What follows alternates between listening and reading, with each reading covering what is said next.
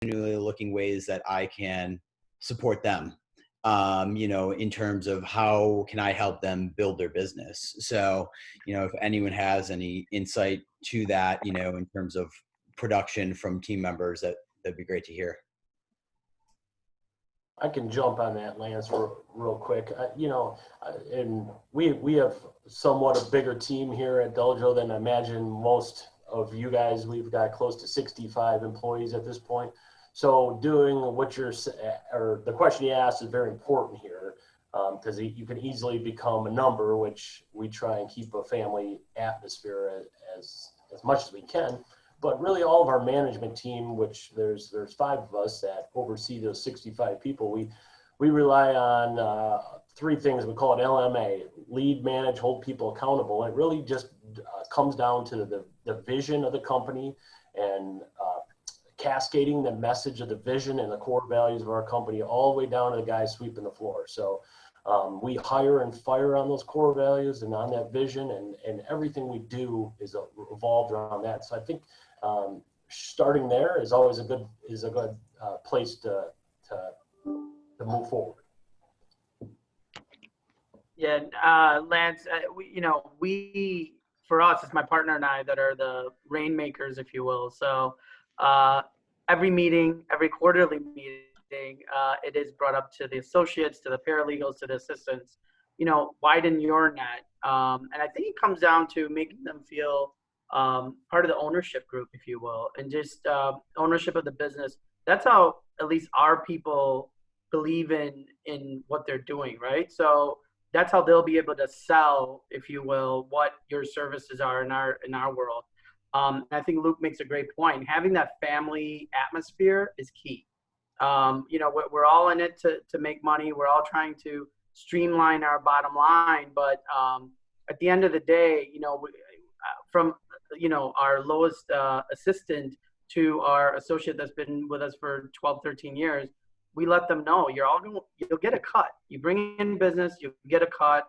I am greedy to a point, but obviously greed doesn't serve us well, So if you share, the business will come, is what I've found. Yeah, for me, I would chime in that I've had more time to emphasize how relationship building is the absolute crux of this industry, and it's been a good time to really set that message in stone with my team. I think one of the big things for us is, you have to differentiate, especially in our industry. And I think I'll take a step back. You have to know what you're looking for before you start bringing people in the door to interview. We've had brokers, at my old company and now at this one, where you're like, look, in a year, I can show you how to double your business, and all they care about is the fact that their name's not on the sign that goes in the yard. And they're missing the forest for the trees, right? Some people are soldiers, some people, are commanding those soldiers. And I think it really starts with understanding up front. One of the smartest things I've ever heard, Nico Apostle does this. He uses that, I forget the name of it, but that dynamic personality, placement thing that they did from Harvard or whatever. And he gives it to every one of his, whether it's employees or agents, right? Because it's a really good way to figure out where they're going to want to go, what really matters to them, even if they're not able to articulate that. And if you can start with putting someone in a position up front and setting expectations, if someone just wants to be part of your team, you're going to have a hard time motivating them. If someone wants their name in lights, you're going to have a hard time keeping them anyways. And so it's like, for 15 years, I found 3 people, finally that actually were able to build around. But I mean, I went through, I kissed how many frogs to find those princes, so I think understanding up front what you're getting yourself into or who you're getting in bed with, so to speak, is really the key to it. Because for me, I mean, I've never had a person here that's been successful that I had to motivate. If the motivation wasn't inherent, and I've tried Rolexes, like at properties, I've tried really cool gym shoes, and I've tried and steak dinners. They don't give a shit. They don't, right? Because if they're not motivated by the inherent ability to make more money and to have the independence and make their own hours and all those things, I think you're kind of dead in the water no matter what you do, right? You're just going to squeeze a little bit more blood out of a really crappy turnip, Yeah. Well, and speaking to that, I think that, you know, the people on my team are absolutely phenomenal in the roles that we have them in. You know, and we definitely have shifted some people from some roles to other roles. You know, so we definitely have like a really good fit, and I think the team is very super solid, and I feel like our transactions go exceptionally smooth because of I the. apologize. Tommy Choi thinks he's very funny calling 40 times to Zoom bomb. Is that what they call that? I'm sorry. Yeah. Go ahead. Hey, Tommy. You got to disconnect your Apple ID from your Oh, I computer. don't know. I don't know how to do it. I'm 86 years old. He told me he was He's going got to do 3 that. kids and a lot of time on his hands. It must be nice. No, goes Maybe around, ask him comes about how to around. run things, Lance. The guy's got 8 hours of data to play with this nonsense. no, I know that's actually quite impressive, Tommy. I have to shout out to him that he has time to do that. But Yeah, yeah, no, I He's think gotta make that up his skills. Yeah. I think it's great, you know, and I think that we have a very strong team, and you know, we're just continually looking to up the game because, you know, I'm only one person, and there, you know, again, I'm trying to build my business, but also I want everyone else to be, you know, making good money because I want them to, you know, just like Scott said, like have the flexibility to go on vacation or to buy that new home or whatever they want. You know what I mean? So my goal is like, you know, just as you guys were joking, happy wife, happy life, it's kind of like happy team, happy me. You know, I mean, it's like, you know, you know, it definitely, I'm looking to share the wealth, you know. Scott, were you referring to disc profiles? Is that what- Yes, yeah, that's the name of that. Yep. That's what it's called. Yeah, so we also have everyone in our company take those, and that just tells you how to approach cascading the vision and which profile they fit in. It works really well.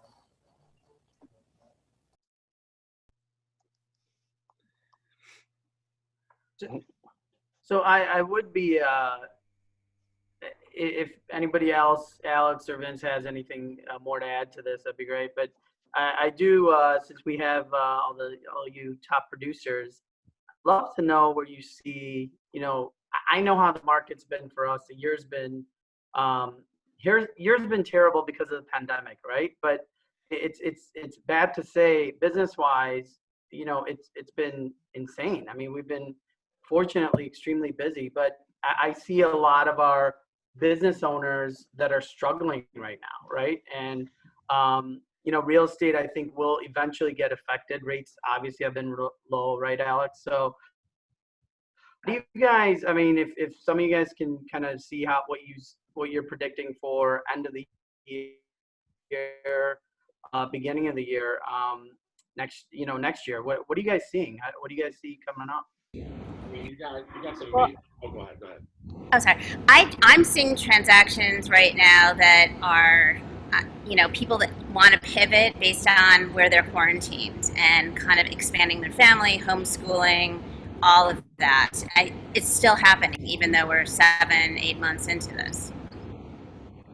Julie, are you doing sales in both cities now, or are you concentrating on one or the other, or like how are you running your business currently? I've partnered with Madison Column at One Sotheby's, and we're just helping there's a lot of people transitioning and moving from, you know, Chicago and the state of Illinois to Palm Beach. And so last year I realized I probably had about $80 million worth of business that I could have been involved in. So that's what I'm doing.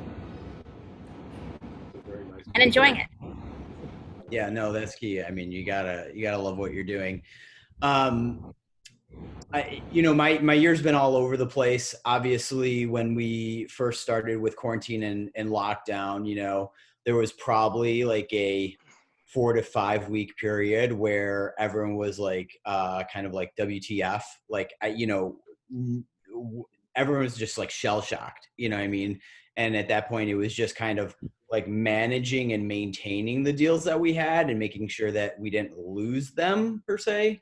I did have 2, what I call them, Corona killed contracts. Thankfully, they were on listings where, you know, I actually just moved them from the open market to the private listing network, and we were able to pick them up. So, you know, really, thankfully, I didn't lose any business during that time. But then, everyone was kind of like scared of what's going to happen. Then we saw an incredible flurry of activity because people were like, I don't want to quarantine where I'm quarantining. And so then I had a few months of just batshit crazy, if you will. And then, and then we just came off of a 4 or 5 week period where it got really slow, which we typically see every summer, at the end of every summer anyways. I just felt like it was kind of pushed back a little bit. So instead of August, I had a very quiet September, and now all of a sudden we're writing contracts again. I just put in 2 offers today. So we are negotiating on some stuff. And I'm already gearing up for 2021 because I do think that the whole COVID situation really pushed people in terms of like immediacy, in terms of where they were going to move and whatnot. But then for a lot of people, there's a lot of moving parts, be it kids, jobs, family, whatever it may be. So I still have a lot of clients looking to next year, to 2021. And so, I mean, right now, that's probably been the bulk of my time the past week or two is actually working on business for Q1 and Q2 of 2021. So, I mean, we do have, I do have about 40 transactions lined up for next year. And, we are kind of trying to forecast and see what next year is going to be like. But from my perspective, I do think that we'll still be fairly busy. I mean, I think that the biggest thing, I think I kind of have a unique perspective because we do the retail stuff and then we also have the foreclosure business. I've taken more short sale listings in the last 2 weeks than I've taken in the last 4 years. And big ones. The trend that we're seeing is that, from 3 or 4 years ago already, people are underwater. And there was still a whole chunk of people in Chicagoland that were underwater anyways. I mean, we have 200 properties in foreclosure inventory that we should have sold this year. I can't even evict a single person because the courts are shut down. You have almost 1 million people, 300,000 households in Cook County that are pending for eviction coming up. Okay, and then the biggest foreclosure start or increase for activity was between like 300 and 1 million too. So, I mean, I was knocking on a door last week of, a beautiful home for 1.3 in Oak Park. And, ask him if he wanted, to mitigate his losses, and he was kind of screwed. And he wasn't real happy to see me, as you can imagine, eating dinner with his wife and children with their $10,000 piece of art hanging in the living room. But this is where we're headed. I mean, we went right back to the 0% and 5% down. I mean, for me right now, we had a great year. We'll do very close to what we did last year, and we cut our expenses by 25%. So I have no complaints. But I don't know, as far as what's coming, I mean, we have 65 listings right now, active listings. And I think I had 2 second showings the entire last week, and no offers. And we sold one of them. I mean, if I had 60 listings 3 months ago, look out Jeff Lowe. Okay. So you look at those numbers, and I just, I do think, number one, you're going to see a busier, post-election winter market. Let's call it, end of November, December, January. I don't think it's going to be buzzing, but I think it's going to be a lot better than it normally is because there is pent-up demand. I do think a lot of people are hoping and praying for like a miracle next spring, but it's like, if you need 900 to get out and I'm telling you it's 8, the market's not going up 15% next spring. So I think a lot of people are going to be in for a rude awakening. And then it becomes, the skill set. Hey, listen, you're going to get whaled on the front, but you're going to make it up on the back end, and you're going to live here for, 2.5% for the next 30 years. So, shut up and buy a house and transact. It's worth it in the end. And so I think there's absolutely going to be a saleable market, but I think it's going to get very, very complicated. I think it's going to be more microclimate than anything. It's going to be block to block and, neighborhood to neighborhood again. But that correction that we were heading towards, I think, has been greatly exacerbated by COVID. Election cycles are never good anyways. I looked up for this meeting. Last October 2016, foot traffic to Chicago listings were down 44% according to MRED. You can't sell property when half the people don't even show up to look at it. Yep. And this year it's more divisive than ever, and more people are paying attention. It's going to be 50% plus. You know, I mean, we feel like we're giving some stuff away. I mean, literally giving stuff away, and I can't get a damn showing on it. And those are not fun phone calls to make every Tuesday to those sellers, because I'm a big data guy. I usually make my 10,000, column spreadsheets, and the data means shit, because what happened 3 months ago might as well have been three, decades ago. Mm-hmm. Yep. What are you seeing, Vince? Yeah, I mean, showings are down significantly. I think I have like 30 listings, and yeah, I'd like a couple showing requests. I have a couple properties that are like far and away get the most requests, but it's heavily weighted on those, and those are like 450, reasonably priced places. Those are getting a vast majority of my showings. A lot of ones are just I have some Streeterville and River North, and that is like cricket city right now. So I understand when that second wave of looting hit, a lot of people said, no, thank you. And it hurts not only, my clients on that end, but on the buy end they were going to go to, which was, West Town or Glencoe or something.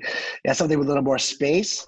But that second wave of looting, I think, really hurt those areas significantly. And River North is like, nobody wants to see anything unless it's something really, really unique. I just put something on today that's unique, but usually if it's a standard place, it's not getting any interest at all.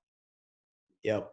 The high rises are brutal. I think that, really your high density buildings tend to be closer to downtown. So, downtown, River North, Streeterville, Gold Coast. I mean, these areas, their proximity. So, I don't need to walk to work anymore.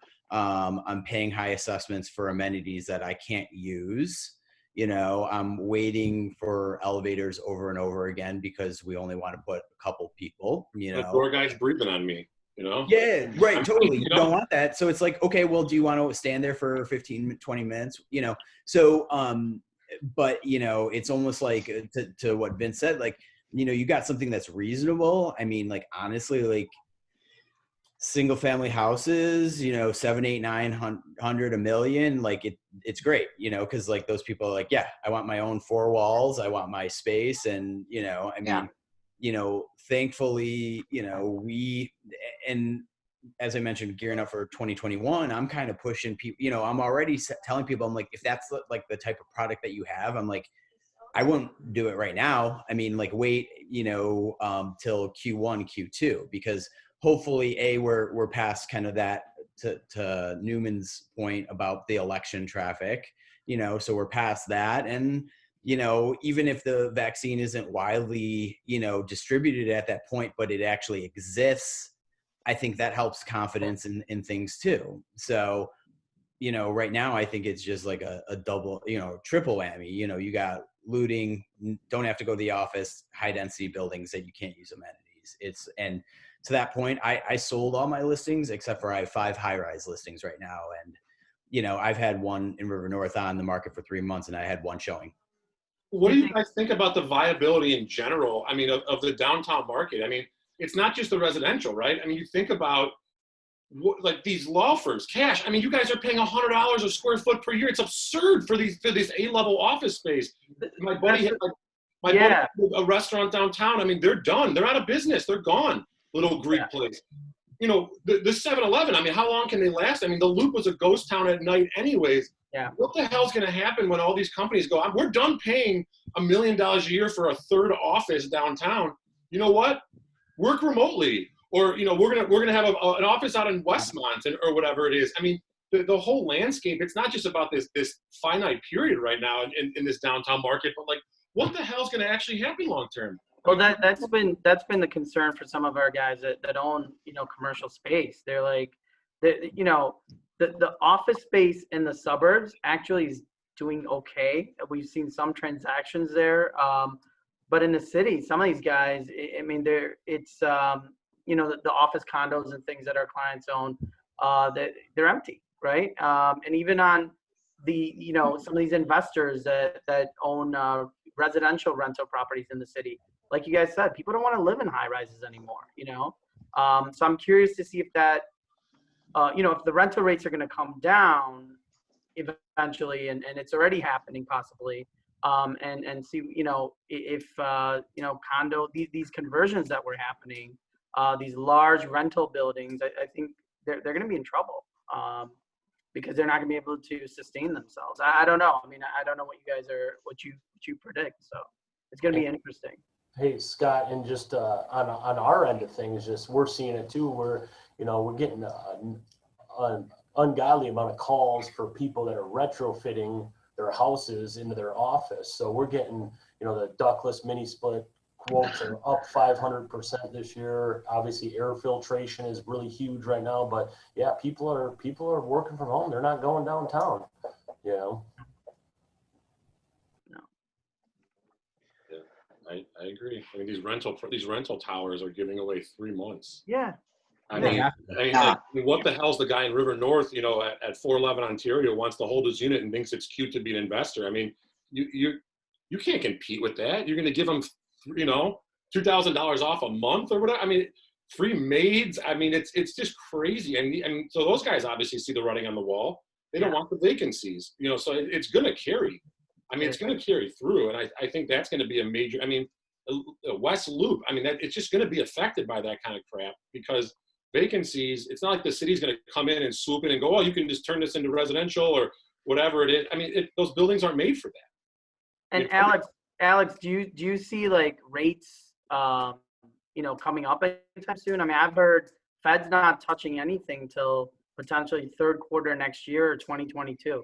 Is that what you guys are hearing? And I mean, that's going to affect the rental market as well, right? The rates are so low. Yeah. As far as rates, in the most immediate future, with the president's health and the stimulus, if that comes out to be in a very positive direction, the rates could suffer a little bit in the coming days, weeks. As far as long term, in the coming months, we're still seeing rates are going to stay low, relatively low. I can't promise that they're going to be below 3, but it does seem like the economy isn't going to rebound that quickly anyway. So this is a behemoth of an economy that's slow to turn around, even though we're seeing some positive data points already. But there's a ton of people who are not employed, and that's going to take a while. Yeah, but I also saw about like the unemployment rate, and I'm not trying to sound callous or anything else like that, but I looked and it's basically tied to like how much they're getting paid. And unfortunately, the largest sector of people who are currently still unemployed are those people earning $16 or less an hour, unfortunately. And so I think it is a lot of the, restaurant workers and yeah, totally. And so the renters. Yeah, but they're also not renting those like crazy, high rises downtown either. You know what I mean? It's, the investors are going to get hurt, is what you're saying, basically, right? Well, I'm very curious, as to like, the ramifications are, and again, I think it's very much like market specific and segment and everything else like that. My network in terms of the people who, I'm working with, a lot of them are coming out of condos or duplexes, and they're moving into, single families, so they're and they're able to take a little bit of a hit on the sell because they're move up buyers, and they are opportune buyers, and so for now, and they still have their careers, fortunately. I'm very curious to see what that effect is, because I do think it's the lower end, but then that affects the rental buildings, those 3 and 4 flats, all over the city, and things of that nature. Well, but I think where it affects, look, this shit trickles up, and I don't mean that in a political way, but like, yeah, at the end of the day, like, small business is hurting right now.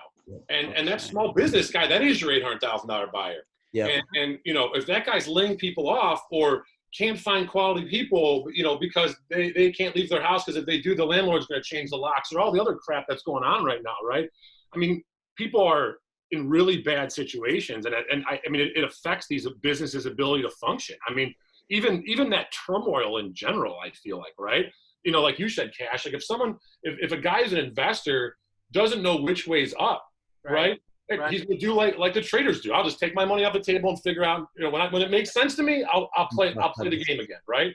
And that's not a good thing either, because I mean, you talk about that retraction of that capital where, Lance's guy isn't buying and your investor isn't, pulling money out of the building because it's fully rented now to go fix up his house in Boca, whatever the hell it is, right? There's a lot of consequences, and it's easy for us not to see them because all we're, me want to sell house. Well, yeah, we all do, right? But like, how does all this shit fit together, so we can understand and maybe even get ahead of some of these clients, like one of my big things with these, like a lot of these distressed sales is like, I'm the one that lets a lot of these people know. Like I talked to a guy yesterday who has $1.5 million home and he's absolutely screwed, right? And he didn't even know he could do a short sale or whatever it is because, he's like, well, I thought I have some income, and I'm like, there's no qualifying, metric or whatever it is, right? I brought that opportunity to him by staying, ahead of that curve and going, well, your business is okay now, but you're going to have to close one of these locations. I'm not even in your business, and I can tell you that right now. And this is where you're headed, and you live in West Dundee. You're kind of effed, yeah.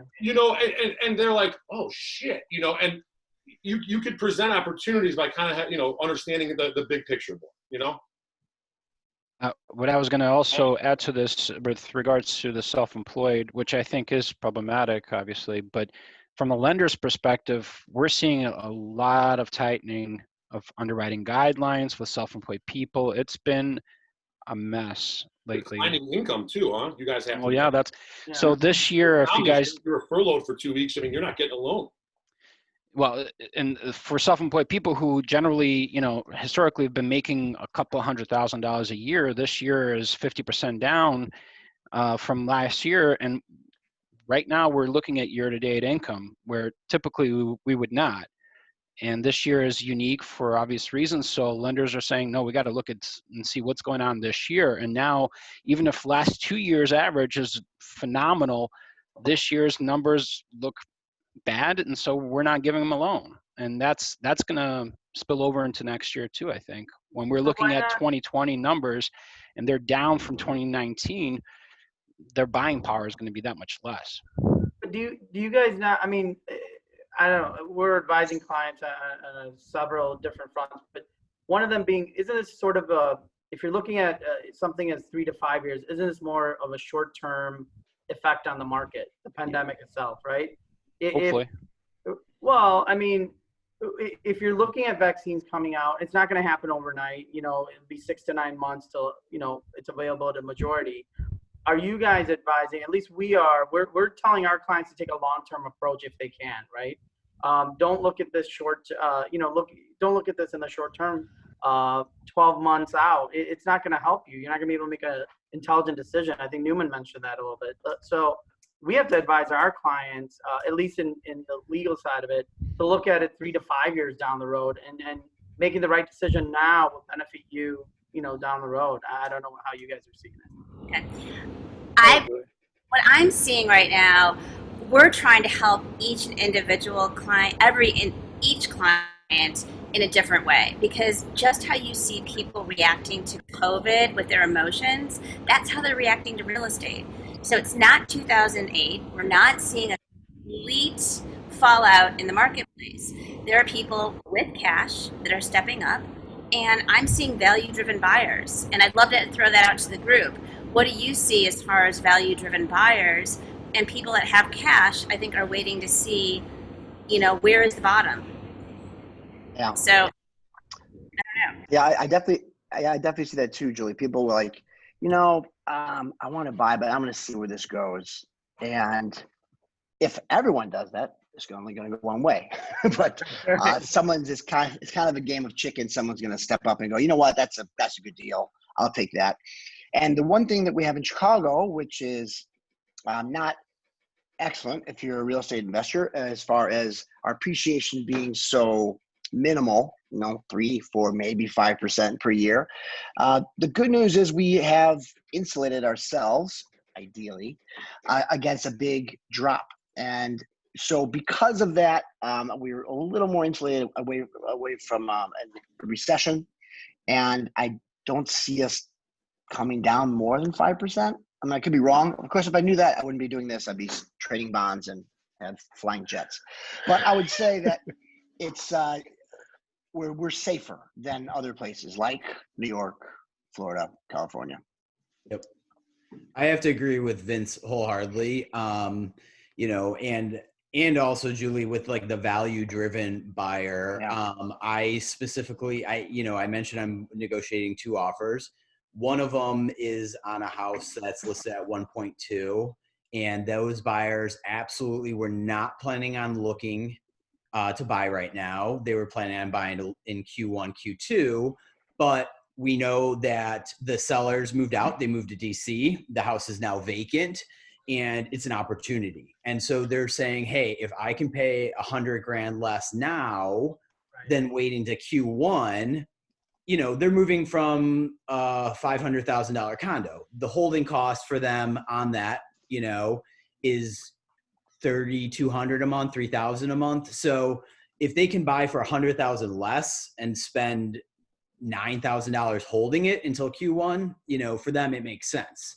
So they are that value driven buyer. And I am starting to see those people who are like, you know, I can buy and get a good opportunity. And to that point, I'm one of them. I am, you know, thankfully, I'm really happy with our home that we moved into 2 years ago, and we're very comfortable. But me and my one of my business partners, we're looking for a house to flip. We just put in an offer on a house in Glenview, and that's because we know it's a foreclosure, to Scott's point, which we haven't seen in, you know, decent foreclosures in a number of years.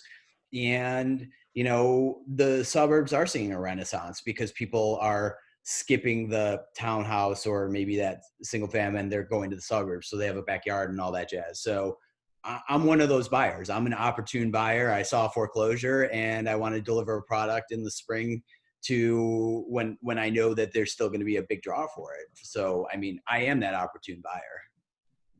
I agree. I mean, I signed a lease last month for a year, you know, and it kills me to hand someone $65,000. It absolutely kills me to hand a landlord $65,000. But you know, my wife and I we looked for months, and I mean, you know, I'm a little more probably bearish. I think we're probably going to see more like 10% than 5%, but again, who knows? And you know, I think I can make a net gain, you know, by waiting, and even if I have costs up front. You know, I've got my place in the market now, and it sucks, and it is what it is, but it's temporary pain for a long-term win. I mean, I'm thinking back, you know, when the market was so bad all those years ago, some of the deals we saw in these higher-end homes were just stupid deals. And it's like, you know, I want a stupid deal, you know, so that's fine, you know. So I bug my landlord for a bunch of little crap and tell him to come fix it, and you know, I'm having a blast over there, you know. But it's absolutely a strategy, you know, to put myself in a position. I didn't want to be forced to buy, you know, October, November of this year, and then, you know, feel bad for myself when I lost 5% after I thought I got a good deal. So, you know, I've had a lot of clients doing the same thing, and it's actually been really helpful for me to say, like, look, I'm not BSing you. Like, I'm renting. Like, here's the lease. And they're like, oh, shit, you're not lying. It's like, no. Yeah. Sometimes playing a strategy out, and here's a spreadsheet, and here's your math, and, you know, again, you're building some value there. Like Julie said, too, you know, that these opportunity-driven, well, here's your opportunity. But you're going to have to read a spreadsheet and do 2 moves instead of 1, you know? Yeah, I saw some just, as you said, stupid deals at the downturn, you know, in 2011, 12, you know, it was just, and unfortunately at that time where I was in my life, you know, we were trying to buy our first house, and, you know, I couldn't really tell my wife that, oh, hey, we're not moving because I bought this foreclosure condo that I found or whatnot, you know? But this time, you know, if we do start to see that rise, you know, as you mentioned, you know, there's people sitting on cash, you know, I mean, and so if it does happen, I, you know, personally don't plan on moving my personal residence, but absolutely, I'll pick up an investment property or two. No problem doing that, because I do think that, you know, you might see some downturn, but I do think it's short term. And to Vince's point, like, I don't think it's gonna, you know, straight into the ground. I think it's going to be, you know, some slow potential depreciation, some opportunities to pick up good property. And it's that Midwest mentality. It will be a slow appreciation on the other side. If we're slowly going down, it's going to be slowly going back up too. I'm curious your thoughts, Julie, on the whole thing. Well, I mean, I'm seeing some people on the high end that are seeing real opportunities right now. And so I'm under contract for a very high-end home in Gold Coast. And on the flip side of it, they're being extremely realistic in pricing their condo on East Lakeshore Drive. So we'll see.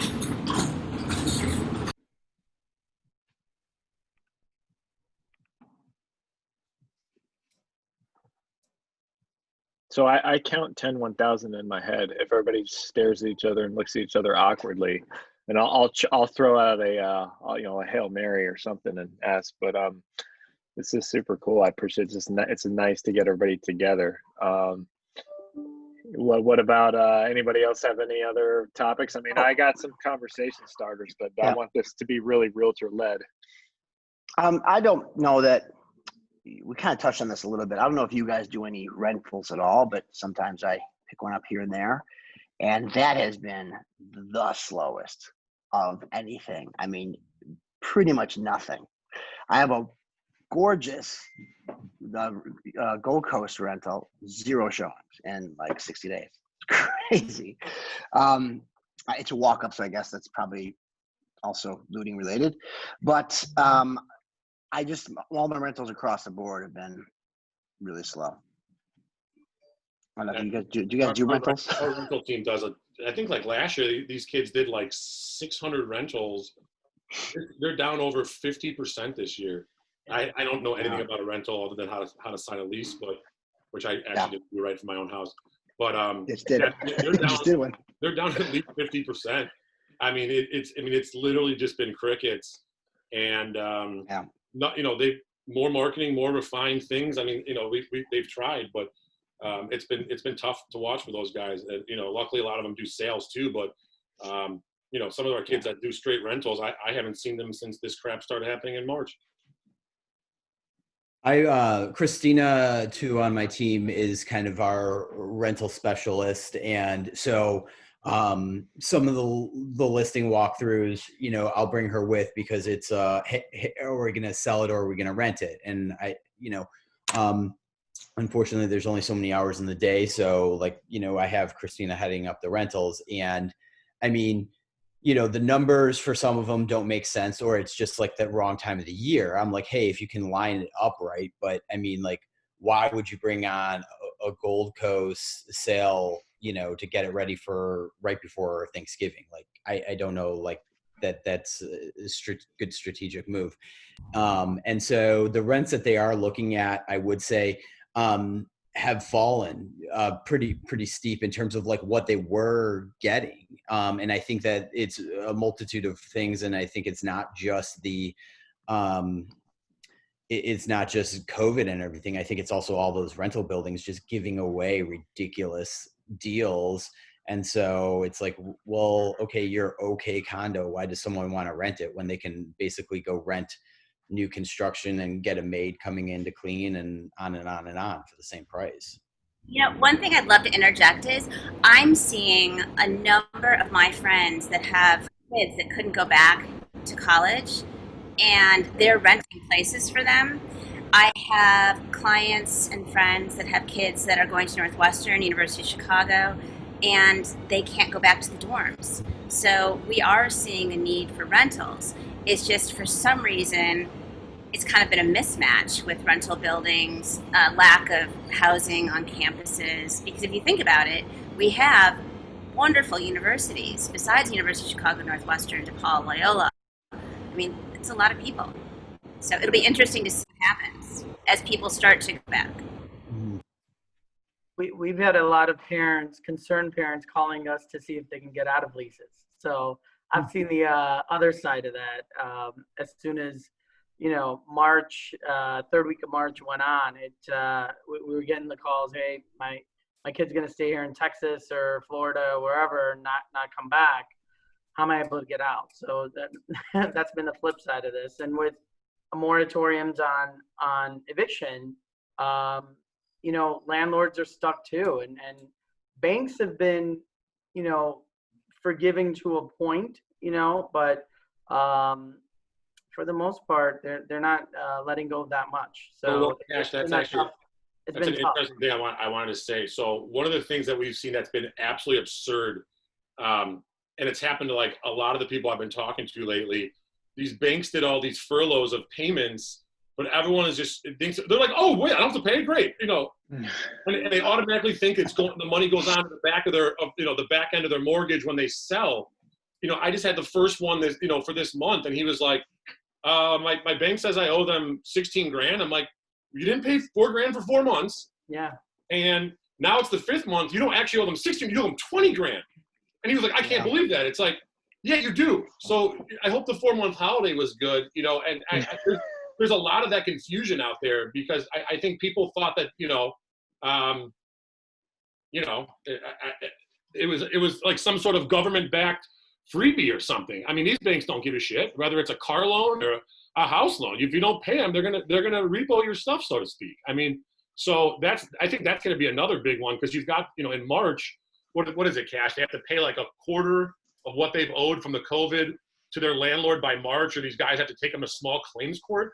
I mean, it's 24 months in Illinois to evict somebody. Yeah, it's not. It's going to be 4 years before you're going to get some of these people out of these houses, and they have no job. Where are they going to go?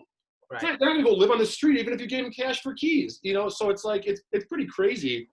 There's just like layers of like people that are going to get screwed, from their own stupidity and just bad luck. Well, our guys that own commercial properties, they're like, you need to, send a demand letter. I'm like, what the hell are you demanding for? This guy's a bar owner, a restaurant owner. Nobody's allowed to go in and out. He's not making revenues. Well, you're not going to be able to sue this guy. You're not going to be able to make money at this point. I call it, and I'll be quick, build some brand equity, right? Or some loyalty from your tenants or who you're working with. Give them a break. Add it on the back end. I'm not telling you to forgive it or abate it, but build some loyalty there. It'll pay off. I think people remember that when they're dealing with a landlord or a business owner. So it makes a difference. So I don't know. Scott, one thing that you brought up was about the forbearances on mortgages. Just so you guys know, you brought up a really good point that some people don't know what their options were.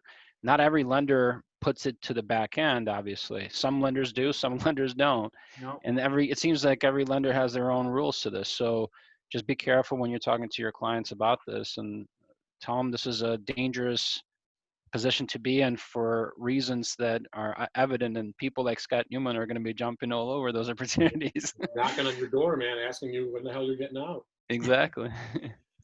Is that who was at my door about an hour ago? Right? Yeah, it was Tommy Choi, actually. Yeah, actually, probably was. Taken to the next level, really, Tommy Choi. Really colorful patterned suit, definitely. Yeah. So Tommy may or may not be on a jam session in 2 weeks. So we can give him a hard time. I'm gonna go to his office. Wait, can you let us know when that is? Can you let us know when that is so we can all call this up? I might know. I might know somebody who can figure that out. I'll just call his wife. I'll get the info real quick. Hey, Scott, if you need any dirt on Tom, I went to college. Well, unfortunately, I've spent a lot of time out with him, so I have plenty of my own too. But I'll take some more.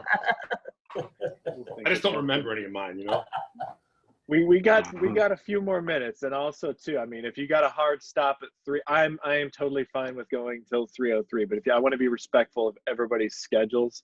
So if you got a hard stop at 3, feel free, bail on this. No sweat.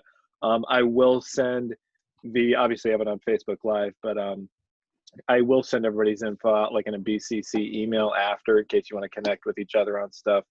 But final thoughts for anybody? I mean, from what I hear, it sounds like to like Julie's point, everyone's kind of like pivoted and like kind of figured out what works with their business given like the circumstances. And, from talking to everyone's been doing this a long time. So we all lived through or worked through the crash from, 08, 9, 10, 11. So, you know, I'm sure we'll all see each other on the other side if there is a correction of any sorts. But, you know, really for me, my message that I got was like, no one knows. Like, let's just, you know, all see what happens. And I think that, you know, it's going to be really interesting to look back even just 6-9 months from now.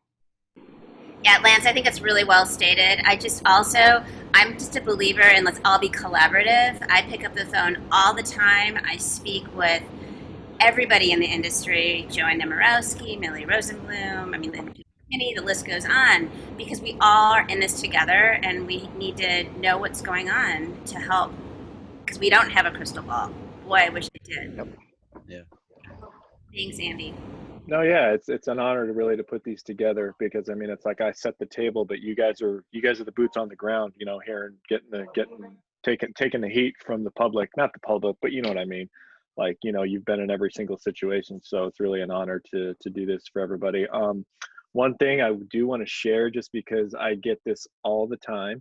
Hey, you know, I love the magazine. Do you guys have an e-version? So it's like it goes to the top 500 agents, so it's like there's a fine line. We have to keep it private, but at the same time, you know, we want everybody to have access. So we launched. This was supposed to be a 2021 project. I don't even know if the screen share works on Facebook Live, but can everybody see that? Yeah. We just launched an app, and I think July. So you can actually download all the digital. It's free. Currently, it's free. They will, because we just sunk a chunk of change into it. So it's called Digipub, right there. DIGAPUB. It has all the past issues on there, all the event links. We'll probably upload all the jam sessions soon, but it's just something kind of cool that everybody has access to. People have been asking me, are you guys still going to do the hard copy?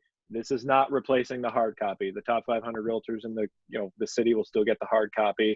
We'll still be invited to events when they resume, and we're still going to, obviously feature those. But every realtor and everybody can have access to the app if they kind of want to go on there. So it's just kind of something fun. And to wrap everything up, I've always wanted to do this. I've never have. What is the most annoying? I don't say annoying, but what do you think the most annoying overused word is in 2020?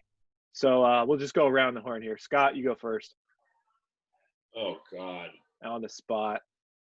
I have to think of something that's not overtly political. Keep it PG-13 or less too, please. I don't know. Really? The Sorry, word, dropped 5 F-bombs. What do you mean? the word careful. I'm sick of hearing the goddamn word careful. Careful. Be careful. Be careful. Everything you got to be careful now. You go outside, you got to be careful. Inside, careful. We're a minute out, so careful is good. Kashyap, go ahead. 2020. 2020. Okay, Alex. Everything. 2020. Well, it's a toss-up between social distancing and 20 seconds. You don't want to steal someone else's. Sorry. Social distancing. Go ahead, Luke. I'll second that. Social distancing. All right, Lance, go ahead, man. New normal. Yeah, that was one of mine. Go ahead, man. Good. I still despise the word amazing, and so it's everywhere. It's amazing. It's amazing. It's not nothing. You ruined it. You ruined the word. I'm going to send you a follow-up email right now. It said, hey, thanks for participating in our jam session. All your thoughts were amazing. Amazing. Julie, close us out. I'm done with Zoom cocktails. Yeah. In person. That's fine. Well, hey, appreciate everybody. If you're interested in doing another one of these, maybe with different realtors, partners, and if there's just people you think you jive with, email me. We'll set it up. God bless. Have a good one. Don't forget to pivot, quarantine. I don't know. I'm just trying. And social distance. Yeah, 2020. I appreciate everybody's time. I'm going to end the live feed right now. Stop live stream. Okay. And seriously, guys, thanks though. Anybody got any questions for me? Nope. You guys got to go make money. Yep. Yeah. Thank you. Buddy. See you guys. Bye, Bye, guys. Good luck. Take care. Peace, guys. Appreciate it. Good luck. Yeah.